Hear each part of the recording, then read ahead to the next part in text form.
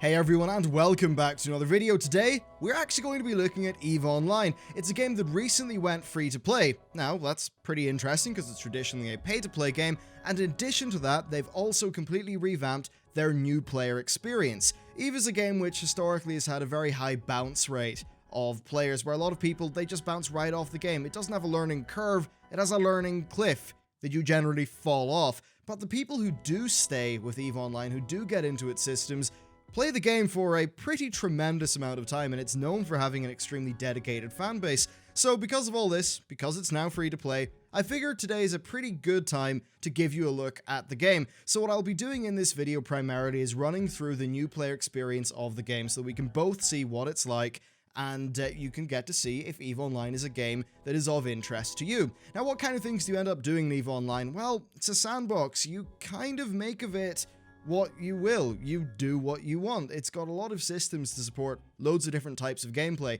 They have added quite a few systems around missioning and things like that more recently to pretty much give you more bespoke single-player content to do, but really what EvE and the core of EvE is about is that sort of multiplayer shared universe that everyone is participating in. That does mean that in comparison to something like, say, World of Warcraft, EvE does have this extreme longevity because so much of the interactions and so much of the content is really coming from what players are doing with each other. Now, as far as what I like to do in EvE personally, it's a few different things. I've got a ship called a Drake, which I use to run missions sometimes. The ship that I'm using right now is an Astero. This is a really fast ship. It's also got a stealth thing on it so it can cloak, and I've got a relic analyzer and a data analyzer so I can basically do exploration stuff. It's a really fun way to play the game and leads to some really cool high-tension situations where I get a big score of loot. You know, my cargo hold has got stuff worth, multiple times the value of my ship. And, it's very risky because in EvE Online, it's a game that's known for having a pretty extreme death penalty. I mean, when your ship's destroyed, it's goodbye cargo hold and things inside it. Though, of course, you do wake up in a new clone, nice and conveniently in a space station. But yeah, there's loads of things you can do in EvE Online. There's also industry, there's mining, there's hauling, so you can move things from place to place, trading, things like that. It really is a game that's very open-ended. And then, of course, all the stuff that you will have heard about on the news, and to really bring that up, and when I say news, even the BBC covers this shit sometimes. You've got the battles of thousands of players where, hundreds of thousands of dollars worth of ship get blown up. Pretty insane stuff. Now, right now I'm in Jita. Jita is really kind of one of your main trade hubs, pretty much the main trade hub of the game. So very high, high security, safe space, represented by all these little green sort of nodes or little blips for, where all the different systems, like space systems in the game are. However, outside of here, you can see red. This is nullsec. Completely lawless. There's no police here. This is where all the crazy stuff that you will have heard about will have happened. But that's a little bit beyond the scope of today's video. Instead, what I'm going to be doing is logging off this character, making a new one, showing you what that process is like, and this new player experience that they've made, which apparently has got a story and voice acting and all of that stuff. Okay, so it's time to create our new character, and I'm doing this on a brand new account. The first thing we need to do is work out which race we are. Now, this is actually a lot more important with the whole new player experience than it used to be. Everyone gets pretty much their own storyline thing, so if we click on them, we basically get a kind of little overview of who they are. The only true democracy of New Eden, the GALLENTE Federation is a powerful and prosperous. The CALDARI state is a union of powerful megacorporations governed by once a thriving tribal civilization. The Minmatar were enslaved by the AMARR Empire for hundreds of years. Most were freed. The AMARR Empire is the largest and oldest of the 4 empires. Ruled by a mighty empress, AMARR is a theocratic society capable of selfless acts and unspeakable evil, all in the name of their god. So my character's mainly CALDARI. This time, though, we're going to go with AMARR because, I don't know, want to see whatever they're like. You can choose a different sort of house. I'm pretty sure this is purely a cosmetic thing, though. So I'm just going to go with these people over to the right. No real reason.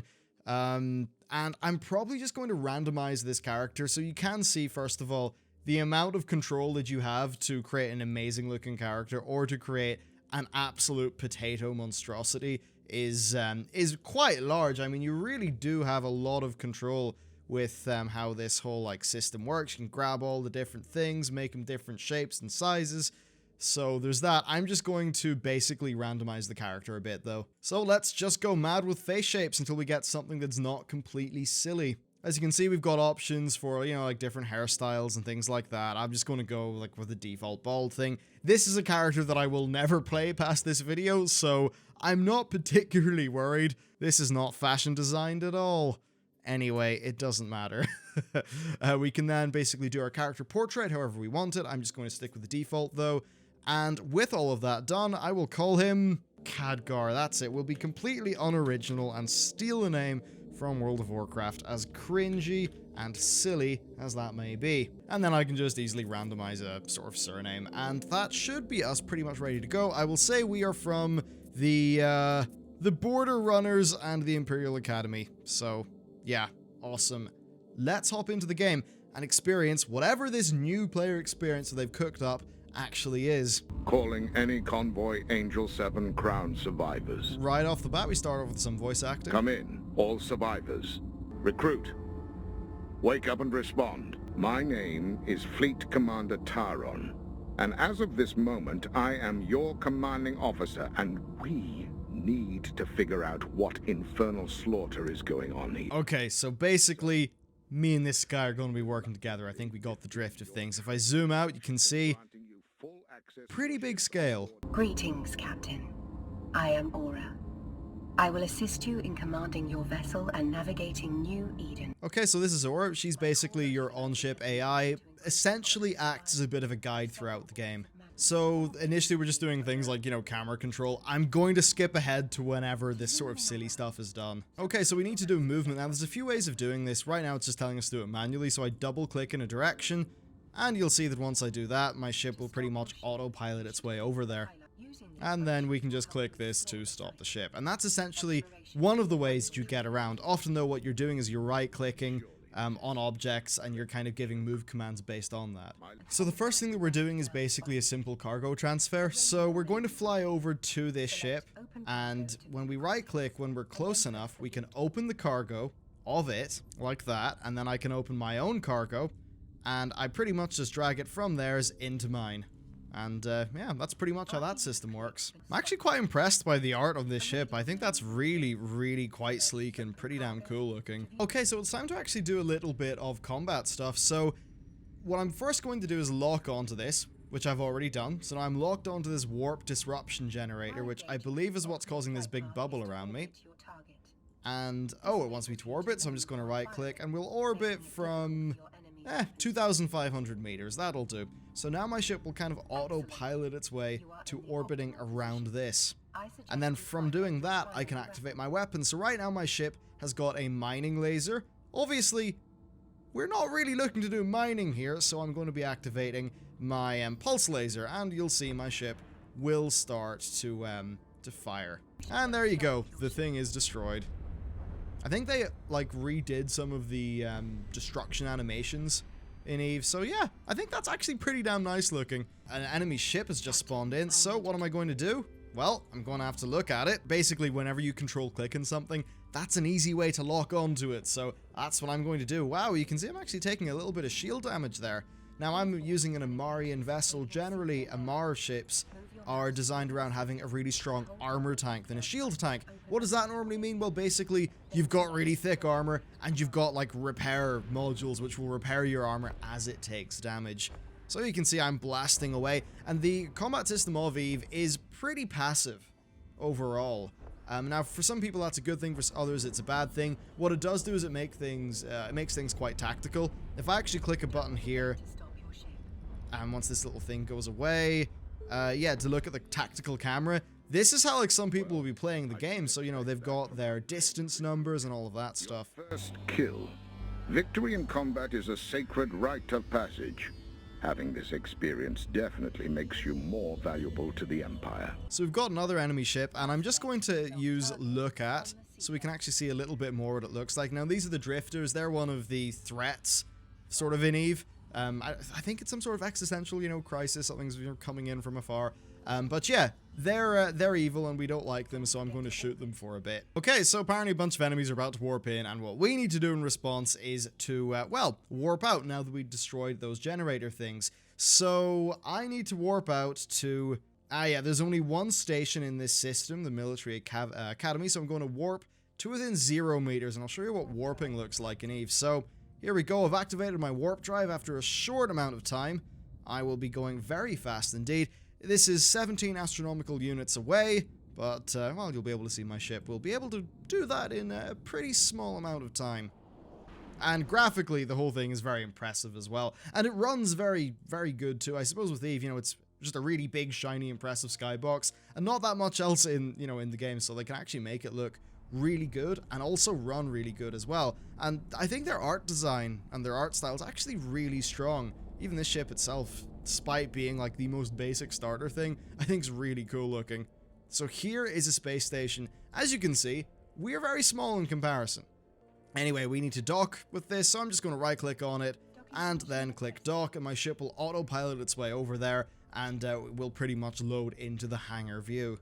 Welcome to your AMARR Academy, a hallowed place of excellence. Legions of our finest capsuleers have started here and gone on to earn untold glory for the Empire. It turns out the Sisters of EVE research team had located the exact location of the Drifter Hive. The Ministry of War has spoken, and the AMARR Navy is starting to mobilize a fleet for a counterattack. So there's a little bit of an example of what the voice acting is like. So we just got something. If I look at my wallet, you can see it's glowing. Always nice to have a glowing wallet, though, I mean, people will know to steal you if it is like that. But there you go, I just got given 255,000 ISK for doing that mission. Okay, so it looks like some sort of station has went dark, but before that, we're actually going to be looking through my character sheet. Now, they've just given me a whole bunch of items that I can redeem, so I'm just going to click the button and redeem them, and that will put them into my current infantry. I'm also going to learn a new skill. And the way that skills work in EVE is that they're always being learned and they take real time to learn, so you always want to have your skill queue filled up. Now I've got my character here, so I'm just going to drag this in. Don't actually know, yeah, there we go. Put it onto my training queue, and that will learn me acceleration control, which is going to take 1 hour and 6 minutes overall. The game wants me to go over to a pirate den, it would seem. Okay, so to do that, we first need to undock. And what we basically end up going into, I assume anyway, is kind of like a little micro single-player instance thing. Okay, so that's us undocked. You can see how small we are. So I basically just click on this little thing, and that will take me to where these pirates are. Okay, we're in. So we can see we're basically in this kind of like little... You could almost think of this as an instance, essentially. So what does the game want us to do? It wants us to burn through the gas clouds. So we have got some enemies appearing. It says there, approach, lock, orbit, shoot, and that's essentially how I'm going to be doing battle. Now you can see I'm beginning to take some damage here, but my repair module will pretty much deal with that quite handily. Now if I look at my gun here, you can see it's got a fall off range and then an optimal range. So I probably want to be about, 2,500 to 5,000 meters away from my target, which is why I want to right-click, orbit, and let's just say 2,500, and that'll keep me within the optimal kind of attack range of my weapon. Anyway, as you can see, I'm really quite far away from that at the minute, and I am taking a lot of damage, which is somewhat disconcerting, but I think I'm just about out of this sort of gas cloud here, and that is what's been damaging my ship. And, oh yeah, you can also see some of the new damage effects that I'm pretty sure they added in one of the releases this year, so that's kind of cool looking, and you'll see that get probably repaired up as this armor repair does its thing. Yeah, you can see some of that disappearing.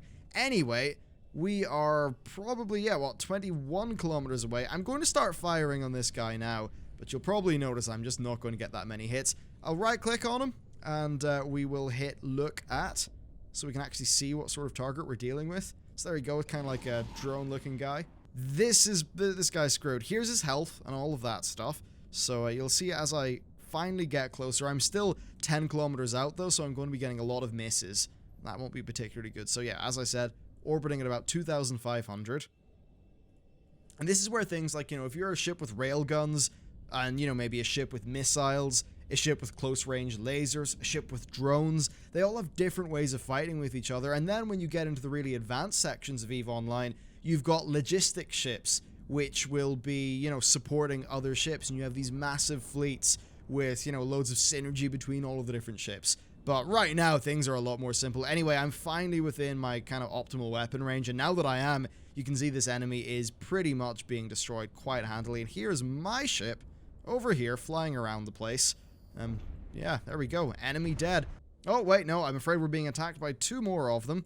They're quite far off, though, so I think I'm going to have to do a bit of a cut. Okay, so I'm finally in orbit of these ships, and yeah, I'm pretty much just going to destroy them. Though, that said, really not taking that long. Pretty much making short work of them. Okay, that's pretty much all the enemy ships destroyed, so it'll be interesting to see sort of where we're going next. Yep, simply enough, they just want me to get the contents of this resource crate. Kind of strange, this ship's max speed with this afterburner is 500 meters per second. My own ship, though, is north of 2,000. Anyway, that contained a whole bunch of metal ore, but we're just going to go home. So that was just a quick little example of how combat works. Generally, things get a lot more kind of crazy and muddled and advanced, but you know, it's like the second thing you basically do with this whole new player experience that they've added to the game. Okay, so now we're warped all the way back, and I'll be able to go inside this military academy. Alright, looks like they're actually going to give us a quick little introduction to industry, so I'm going to open up the market tab. There we go, of course it's in business, so I'll go to business, go to regional market, and we need to purchase a blueprint for a civilian data analyzer. Okay, so here we go, civilian data analyzer. Okay, so there's the civilian data analyzer. They're here for 20,000 ISK, so I'll buy that. And what we want to do here is fabricate our own civilian data analyzer. So I first need to go and open up the industry window, which I'm assuming is business industry. And we're going to tell it what blueprint we want to make. In this case, it's the civilian data analyzer. And I think I'm good to just hit start. And that will take 1 minute and 50 seconds to actually craft. Okay, cool. So I fitted that to my ship, so I can now undock. And I'm assuming they want me to do some data analysis. Now, this is something I end up doing on my normal character a little bit when I choose to go exploring. You basically use it to unlock boxes of loot, essentially. Okay, so we're just going to head over to this this destination in the neighboring star system. It's teaching me to use the autopilot systems. Okay, so here at a Stargate, and just while we're kind of here, I want to show you a few ships. So if I hit look at, you can have a pretty good look at this dude. So that's pretty cool looking. This is like an NPC, though. There are NPCs flying around the place, but I just thought I'd show you that. This is a Stargate, so you use this to travel to other zones. Well, not zones, other star systems. And of course, that's something I need to do to go to wherever they want me to do this data analysis thing. And yeah, we sort of get warped through. Does this sort of animation thing. And then we appear at the other end of the Stargate, cloaked. It's kind of crazy when you see just how fast planets and things like that will zoom past you when you're warping around the place. Okay, so we've actually arrived. We need to use this acceleration gate.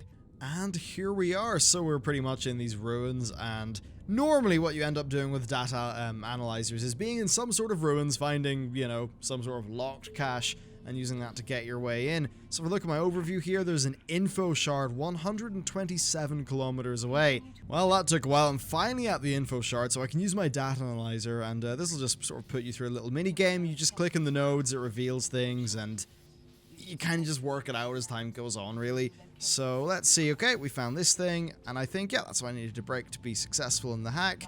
I can now double click in this to open it. Yeah, so this gives me some loot, which I'm assuming is like a narrative item. Okay, so looks like our guy is a bit confused. Oh, okay, shit, something is going on. Alright, so we're just going to warp away to a safe spot now that, this thing's been activated. Okay, cool, so all this information that we've, gathered about the kind of threat that's going on is leading us to a forward operation base. Now, from what I gather, this gives you a pretty cool look at the scale of things that can be going on in EvE. Yeah, it's a little bit far away, but we're almost there now. Yeah, so basically, Drifter Threat came in, destroyed the whole fleet that I was in, or, my character was in, and we've been doing shenanigans to get to the bottom of that. I have been cutting out some of the narrative stuff because I think it's probably a good idea if you're interested in this, that you play it yourself and actually, get to see it properly. Yeah, AMARR's interesting because they got the whole, theocracy thing going on. Anyhow, here's a big fleet of ships in EvE. My ship's very small in comparison to these. Very small indeed. Where's look at? There we go. So that's what they look at. Look like even. Pretty damn awesome looking ship, if I'm honest. I really love the look of that one. Overall, I think AMARR have some really, really cool ship designs. Here is an AMARR Omen. And this guy just sort of talks about what they're going to be doing. Carriers, again, you know, sort of a step up in size. Now, like, the ship that I'm flying is absolutely minuscule in comparison to this. And over here, we have a Revelation. Very big, very cool, imposing. You would not want to be shot by one of these. So, we finally reached here. And with that done, we are going to be traveling to our HQ. Yeah, look at the size difference. 56 meters. A lot more than 56 meters. I'm going to be using a Punisher, so the first thing I'm going to do, okay, is, yeah, leave my Corvette. So for this, I go to leave ship, and that puts me in my pod. And basically, the pod is what your character's in, and the pod is put into the different ships. I'm now going to assemble my new ship, which is a Punisher. And, yeah, then I'm going to make it active. And here is my new ship, a AMARR Punisher. Once again, extremely cool looking. I love the AMARR ship designs. I think they're really damn cool. And I'm just going to repackage my old ship, which will make it smaller and easier for me to transport in the cargo of what I've got. And right, what we're going to be doing is traveling to the Hive, which was inside the data that I found. And yeah, we'll be doing that in my brand new fancy shiny ship that I just put a whole bunch of guns on. It's kind of cool how you can see the guns, like, you know, spinning up and doing all of that. Anyhow, time to undock. And, well, I guess, get blasting. And, you know, one thing I love about EVE is the music. It's so perfectly fitting to the world that the game makes, and it really is nice and relaxing. So, even, you know, when I'm just coding at work, I often have a playlist of EVE music on because it's just... When you reach your destination, I really like the EVE music. Anyway, so we're going to be going over to this gate. Oh wait, so these guys here are Concord ships. Now, Concord are interesting. They're kind of like the Star Police. So if you attack another player in a high-sec zone, high-sec zones are like the kind of the more greenish ones, then Concord will appear and they will destroy you. So yeah, that's kind of like the game's policing system. It means you're less likely to get ganked, but you know, there's times where if you're carrying really valuable stuff in your ship, people might have kind of like little suicide bomb ships essentially to take you down if they want to, if they want to kind of gank you or grief you. Okay, well, we have just zoomed through that. And, yeah, a few thousand kilometers, and oh, wow, holy shit. Okay, shiny lights everywhere. So we see a whole bunch of enemies. Welcome to the grand show, recruit. Attention, fleet. This is Fleet Commander Taron. I am assuming tactical command. Yeah, they're absolutely trying to give people an example of what this game sort of can look like as far as scale goes. I have a whole bunch of weapons though, so first I'm going to right-click this. Actually, that's the thing. I don't actually think I have any missiles for my missile launcher. That's unfortunate. Here's a drifter battleship. Okay, yeah, he's just giving us a little bit of lore. Basically, drifters being pumped out of the Hive. So here is a drifter battleship. Oh wait, yeah, there it is. Okay, a drifter battleship. Interesting. I wonder if I will have any chance of even denting the thing with this newbie ship that I've currently got. But yeah, there's me with all of my new lasers that I put on. Probably not going to do a massive amount of damage to it because I'm in a very small ship, and it is very big. But maybe because this is all like newbie stuff, it'll be easy to kill. Nah, that's pretty hard to kill. Okay, it wants me to kill the Seekers. That seems a lot more, you know, along the lines of what I can actually do. But yes, they really do seem to be wanting to sell the idea of the scale that is possible within EVE Online. One thing you'll probably notice is you can actually play the game pretty easily from, you know, way zoomed out like this. And sometimes that can be a good thing. It gives you a more tactical perspective on things. You could go really hardcore, put on the tactical camera, but it's okay. I won't do that. Okay, time to take out this big thing, which, well, that'll be pretty tricky. Also, that's very large. It's that size from like 25 kilometers away. Okay, we're finally... Yeah, there we go. We can lock onto it. By the way, that's a pretty cool effect they've got going on there, which I guess will technically prevent it from leaving, but this is a scripted single-player event thing, so I'm pretty sure this ship's going to be going nowhere that fast. Very big indeed, though. Okay, it's finally about to be destroyed. If we look at its little thing, you can see the outer layer of that is shield. The middle layer is armor, and then structure is the kind of the final one, and it is about to blow up. I'm very close to it, though. Not that I think that's actually going to be much of a problem. When this infernal thing is brought down, the explosion will be vast. I'm going to pull back the fleet to a safe zone. I'm leaving you with the honorable task of striking the death blow. You have earned it, recruit. This will be the ultimate sacrifice for the Empress and the gateway to immortality. On behalf of the Empire, as of this moment, I, Fleet Commander Raphael Taron, promote you to the grade of Naval Capsuleer of the AMARR Empire, and grant you full Capsuleer privileges under the Ulai Convention. You've earned your immortality and independence, Capsuleer. It has been an honor to fly with a faithful paladin like you. We could not have eliminated this threat without you. Godspeed, dear Capsuleer. I really do like the whole lore surrounding the Capsuleer and immortality thing. But I do like science fiction a lot. I've also drifted really far away from the Drifter Hive. So, yeah, I should probably go back there. Now, of course, these ships, as much as it mainly is piloted by my character, these all do have crews, so there is a slightly grim aspect in that, yeah, my character is going to be fine, but I think most of the crew in this ship are all going to be dead. Yeah, EVE's a lovely universe. Maybe not as grim dark as, say, the 40k universe, but it's still kind of grim. This hive is very close to being dead. It's at 30? Yep, and now in the 20s% structure, so it's pretty much about to blow. So, yeah, I suppose everyone around here is going to be dead. Okay, well, there's a small explosion. I have a feeling this is going to get a hell of a lot bigger, though. Yeah, this thing is... Oh, I've been ejected to my capsule. Here I am. Oh, dear. Yeah, so I'm in this tiny little egg thing. I haven't been destroyed yet. Well, I'm very much in the middle of this, and that's going to be bad. Oh, yeah, boom. And that's the end. Oh, lovely. Nice touch. There's my character. And I respawn and wake up back in that space station. And yeah, from here, I suppose the way that it's going to be working out is I'm directed to the career agents. Now, this is something that the game would have previously done. So show career agents, I click this here. And essentially, I'll just shut Aura up.